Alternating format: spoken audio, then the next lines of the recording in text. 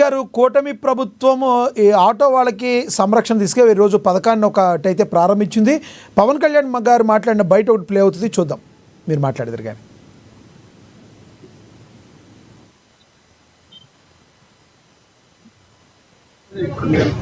Auto డ్రైవర్లకు అండగా నిలబడి వారి జీవనోపాధి కాపాడటం కోసం కూటమి ప్రభుత్వం బాధ్యతగా భావిస్తున్నాం. సమర్థవంతమైన నాయకత్వం ఉంటే ప్రజల జీవితంలో చాలా నిజమైన మార్పు తీసుకురావచ్చు అనేది మరోమారు ఈ పథకం మరోసారి రుజువు చేస్తూ ఉంది.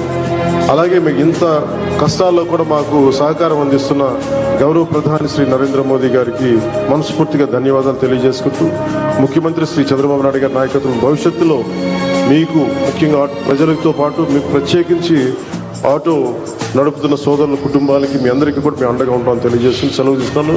జై ముఖ్యమంత్రి చంద్రబాబు నాయుడు గారు కూడా ఒక బయట ప్లే అవుతుంది, అది కూడా చూద్దాం. చంద్రబాబు గారిది కూడా ఒక బయట ప్లే అవుతుంది. ఇప్పుడే నేను స్త్రీ శక్తి ఇచ్చాను. ఈ రోజు మీ అందరికి హామీ ఇస్తున్నా, దసరా రోజున ఆటో డ్రైవర్లందరికీ వాహన మిత్ర కింద 15,000 రూపాయలు ఆర్థిక సహాయం చేస్తామని అనౌన్స్ చేస్తున్నాను. హ్యాపీనా, సంతోషమా అని అడుగుతున్నా. ఎన్నికల్లో చెప్పాం, ఎన్ని కష్టాలున్నా చేస్తాం. వాహన మిత్ర కింద సంవత్సరానికి ఆటో డ్రైవర్లకి 15,000 ఇస్తామని మీ అందరికీ హామీ ఇస్తున్నా.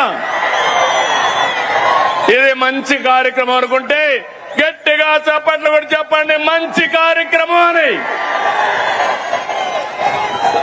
ఇది ప్రభుత్వానికి పేదవాళ్లపై నుండే ప్రేమని మరొక్కసారి మీ అందరికీ తెలియజేస్తున్నా. ఆటో డ్రైవర్లకు అండగా నిలబడి రైట్. రజనీ గారు ఆటో డ్రైవర్లకైతే ఇస్తున్నామని చెప్తున్నారు, బట్ వైసీపీ నేతలు దీని గురించి కొంచెం అబ్జెక్ట్ చేస్తున్నారు. అందరికీ ఇవ్వాలి, సగం పనులు కాదని. ఎలా చూస్తారు మీరు? సార్, అది మోహన్ రెడ్డి అన్నకి, తర్వాత ప్యానెల్లో ఉన్న మా ఆప్తులు బాలకోటయ్య గారికి వందనాలండి. ఫస్ట్ సార్, ఇక్కడ ఏదైతే మోహన్ రెడ్డి గారు, నేను ఏకీభవిస్తున్నాను సార్. ఏదైనా తప్పులు ఉంటే మీరు ఖచ్చితంగా ఖండించాలి, ఎందుకంటే ప్రతిపక్షం స్ట్రాంగ్ గా ఉంటేనే ప్రభుత్వం గట్టిగా పనిచేస్తుందన్న. సో ఇందాక ప్యానెల్లో వాళ్ళు కాకుండా మన యాంకర్ అడిగిన ప్రశ్న చాలా ఆలోచించదగింది. అది చాలా ఇంపార్టెంట్ మనకి, ఎందుకంటే ఓనర్లకి 15,000 పడుతున్నాయి. పాపం కూలి పనికి రోజుకి 500. అంటే పని ఉన్నా లేకపోయినా అసలు ఒక రోజు నైట్ ఎవరు ఎక్కరు సార్. పాపం వాళ్ళు అయినా సరే ఆటో వాళ్ళు కట్టిన రెంట్ కట్టేసి వెళ్ళిపోవాలి. పగలు రాత్రి అంటూ కష్టపడుతూ పిల్లల్ని చదివించుకుంటున్న పరిస్థితులు. ఒకనొక టైంలో ఆటో యాక్సిడెంట్ అయ్యి కొంతమంది ఇన్సూరెన్స్ కూడా రెన్యూల్ చేసుకోరండి. ఒక్కొక్కసారి వాళ్ళకి ఇన్సూరెన్స్ ఉండదు, ఒక్కొక్కసారి ఆటోకి ఇన్సూరెన్స్ ఉండదు. సో ఇలా చాలా ఇబ్బందులు పడుతున్నారు. ఆటోలో ఎవరైతే రెంట్ కు తీసుకుంటున్న వాళ్ళు, ఓనర్లకి పడుతుంది, రెంట్ వాళ్ళకి పడట్లా. మీరు మోహన్ రెడ్డి అన్న, మీరు మీ నాయకుడిని అసెంబ్లీకి పంపించి ఈ ప్రశ్న అడగండి. ఈ 15,000 ఇవ్వడం కాదు, ఇలా కూడా చేస్తే బాగుంటుందని, ఇలాంటివన్నీ మీరు ప్రశ్నించాలా. ఇప్పుడు ఇందాక కూడా మీరు ఒక ఫిగర్ చెప్పినారు, ఈ అమౌంట్ వచ్చింది, ఈ అమౌంట్ ఇంకా రాలేదు, కొంతమందికి పడింది, కొంతమందికి పడలేదని. ఖచ్చితంగా మీరు అడిగించండి.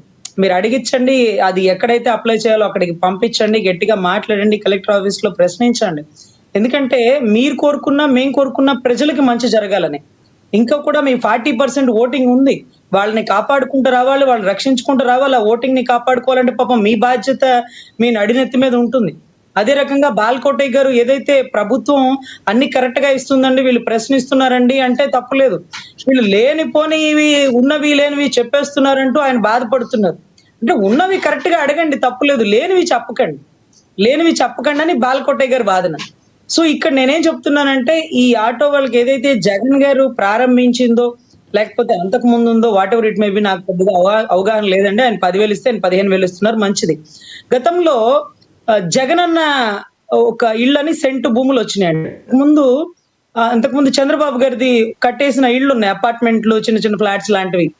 సో అవి ఇవ్వకుండా ఆపేసి మళ్ళీ సెంటు భూములు, స్థలాలు, ఇళ్ళు అన్నారు. నా ఉద్దేశం ఏంటంటే, ప్రభుత్వంలో ఇవాళ ఒకళ్ళు ఉంటారు, రేపు ఇంకో వస్తారు. ఒకళ్ళు బిగిన్ చేసిన పథకాన్ని ఇంకొకళ్ళు పేరు మార్చుకోవచ్చేమో కానీ పథకాన్ని ఆపకూడదు. ఈ రోజు చూడండి, మీరు మంచి పథకాన్నే ప్రారంభించినారు. అమ్మ ఒడి అని, ఆ పేరేదో కొంచెం బాగాలేదంటూ తల్లికి వందనం అని పెట్టారు. కానీ పథకాన్ని మీకంటే మెరుగ్గా తీర్చిదిద్దారు. ఇది బాగుంది. మీరు 10,000 ఇస్తే ఇంకొక ఆయన 15,000 ఇచ్చినారు. ఇది బాగుంది. అంతేకాని అక్కడ ఏదైతే మళ్ళీ సెంటు భూమిలో ఇల్లు అంటే అక్కడ ఎంత ప్రాబ్లం అయింది చూసారా? అంటే ఏ ప్రభుత్వం వచ్చినా గత పథకాల్ని కంటిన్యూ చేయాలి, ఇష్టమైతే పెంచాలి, కానీ తగ్గించడానికి కుదేయడానికి కరెక్ట్ కాదండి. అప్పుడు ఓట్లు వేయరు జనాలు. మీరు ఇంకా మెరుగైన పరిపాలన అందిస్తారని మీకు ఓట్లేస్తే మీరు ఇలానా చేసేది? గతంలో ఆయన అద్దింట్లో ఉన్నాడు, నేను సొంత ఇంట్లో ఉన్నానంటే నమ్మి ఓటేస్తే నా రాజధాని నేను ఉద్ధరించలేను, నా వల్ల కాదన్నారు. సరే బాగానే ఉంది, ఉద్ధరించలేము కాదని, అది ముందెందుకు చెప్పలేదు? మీరు ఇంకా 33,000 ఎకరాలు కాదు ఇంకా ఇస్తే బాగా ఉద్ధరిస్తానన్నారు కదా, మరి మీరు ముందెందుకు చెప్పలేదు? మాట తప్పను మడని తిప్పనంటే స్లోగన్ కాదండి, ప్రజలు చెప్తారు సమాధానం. సో ఇలాగే మోహన్ రెడ్డి గారికి చెప్తున్నాం, ఏదున్నా ఏ డిబేట్ లో ఏ పథకం వచ్చినా దాంట్లో మంచో చెడు తీయండి. ఈ రోజు ఆయన చెప్పిన పథకం కాదది, కానీ గత ప్రభుత్వం పెట్టింది కాబట్టి దాన్ని కంటిన్యూ చేసినారు. ఆయన ఇస్తానన్న దాంట్లో కూడా లేదు, కానీ ఇవ్వాలి. ఎందుకంటే మనం ప్రజలకు అకౌంటబిలిటీ ఉంది, ఓట్లేసిన ప్రజలు, వాళ్ళకి మనం సమాధానం చెప్పాలా. అలాగే దర్జీ కార్మికులు ఉంటారండి పాపం, కుట్లు కుట్టుకునే వాళ్ళు మిషన్ కుట్టే వాళ్ళకు కూడా ఎక్కడెక్కడో ఒరిస్సా నుంచి కలకత్తా నుంచి వాళ్ళు వచ్చేసి ఇక్కడ ఉన్న వాళ్ళు ఉపాధి కోల్పోతున్నామని వాళ్ళు కూడా అడుగుతున్నారు. మరి మా పరిస్థితి ఏంటి? ఒరిస్సా వాళ్ళు కలకత్తా వాళ్ళు ఇక్కడ వచ్చి కుట్టేసుకుని ఎంబ్రాయిడింగ్ వర్క్ చేస్తే ఇక్కడున్న ఎంతో మంది మహిళలు మేము ఉపాధి కోల్పోతున్నామని అడుగుతున్నారు. ప్రతిదీ ప్రశ్నేనండి, ఎందుకంటే ప్రతి ఒక్కరు ఓటరే. ప్రతి ఒక్క ఓటర్ని సాటిస్ఫై చేయాల్సిన బాధ్యత ప్రభుత్వానిదే. అది ఎవరు సాటిస్ఫై చేస్తే ఓట్లు వాళ్ళకే. గతంలో వాళ్ళు సాటిస్ఫై చేయలేకపోయారు కాబట్టి కూటమి ప్రభుత్వం గెలిచింది. సో కూటమి ప్రభుత్వం సాటిస్ఫై చేసే పనిలోనే ఈ రోజు దీపం పథకం వచ్చింది. లేకపోతే ఇప్పుడు ఏదైతే బస్సు ఫ్రీ అన్నారో దానివల్ల ఆటో కార్మికులు ఇబ్బంది పడతారు అని ఇచ్చింది కాదండి. గత ప్రభుత్వం ఇచ్చిన దాన్ని ఈయన కట్ చేయకుండా కంటిన్యూ చేస్తూ మెరుగ్గా, మళ్ళీ నా వల్ల ఇబ్బంది పడ్డారు కదా, ఈ బస్ వల్ల ఆడవాళ్ళు ఫ్రీ అని అందరూ బస్సులు ఎక్కేస్తుండే పాపం మీకు ఇబ్బంది అయిపోయింది అంటూ మళ్ళీ మెరుగ్గా ఒక 5,000 కలిపి ఇచ్చినారు. మీకు ఎవరికన్నా రావట్లేదు అంటే అప్లై చేయించండి. కొంతమందికి పెన్షన్లు ఆగిపోయినా అన్నారు, పెన్షన్ రూల్ ప్రకారం వెళ్తుంది. గతంలో లేని రూల్స్ ఏం కాదండి, ఎప్పుడు అవే రూల్స్. ఇంట్లో ఎల్సిడి టీవీలు పెట్టుకొని మాకు పథకాలు రాలేదంటే అవదు కదా. సో అన్ని రెక్టిఫై చేస్తున్నారు. ఇంట్లో కారు ఉన్నా ఇంకొకటి రజనీ గారు, ఇంకొకటి రజనీ గారు, ఏదైతే ఇప్పుడు పథకాలన్నీ ఏ రాజకీయ పార్టీ అయినా ఏ ప్రభుత్వం వచ్చినా పథకాలన్నీ అయితే ప్రజలకు ఇస్తుంది, కానీ ప్రజల్లో అసలు మీరు ఒక అడ్వకేట్గా చెప్పండి ఎంత మార్పు రావాలంటారు? ఎందుకంటే దారిద్ర్య రేఖకు దిగువన ఉన్న వారికి మాత్రమే పథకాలు ఇచ్చి వాళ్ళని ప్రోత్సహించి వాళ్ళని పనికి వైపుకు మళ్లించే దిశగా పథకాలు ఉండాలి, కానీ సోమరితనంతో ఉండే పథకాలు ఏ రాజకీయ పార్టీ అయినా తమ యొక్క ఉనికిని కాపాడుకోవడానికి తామే మళ్ళీ అధికారంలోకి రావడానికి ఈ రకంగా పథకాలు ఇచ్చుకుంటూ పోతే రాష్ట్రం ఎప్పటికీ అభివృద్ధి అవుతుంది? అసలు ప్రజల్లో మార్పు రావాలంటే ప్రభుత్వాలు ఎన్నికల ముందు ఏం చెప్పాలి, ఎన్నికల ముందు కాకపోయినా ప్రజెంట్ ఏం చెప్పుకుంటూ ప్రజల్ని మెప్పు తీసుకెళ్ళాలి? ప్రతిపక్ష పార్టీ పాత్ర ఎలా ఉండాలంటారు? ఒక అడ్వకేట్గా చెప్పండి మీరు ప్లీజ్. సార్ నేను గతంలో చెన్నైని చూసినాను సార్. మాకు ఆంధ్రాలో కూడా అక్కడక్కడ ఏదైతే అక్కడ ఆవిడ ఏదైతే జయలలిత గారికి సంబంధించిన గ్రైండర్లు అన్ని చోట్ల కనపడేవాళ్ళు. అంటే ఇలా పథకాలు ఒకరు కాదు, ఈ రాష్ట్రం కాదు ఆ రాష్ట్రం కాదు, అన్ని రాష్ట్రాల వారు ఒకటి ఎలక్షన్ ముందు ప్రచారానికి అవని ఇస్తూనే ఉన్నారు. నాకు అర్థం కాదు ఏంటంటే ఎవరైతే తెల్ల రేషన్ కార్డు మీద ఉండే తాపత్రయం అభివృద్ధి మీద ఎందుకు లేదో నాకు ఆశ్చర్యం అవుతుందండి. ఎందుకంటే మేము చాలా ఇళ్లలో చూస్తున్నాం, కొడుకులు అమెరికాకి వెళ్ళి సంపాదించుకుంటూ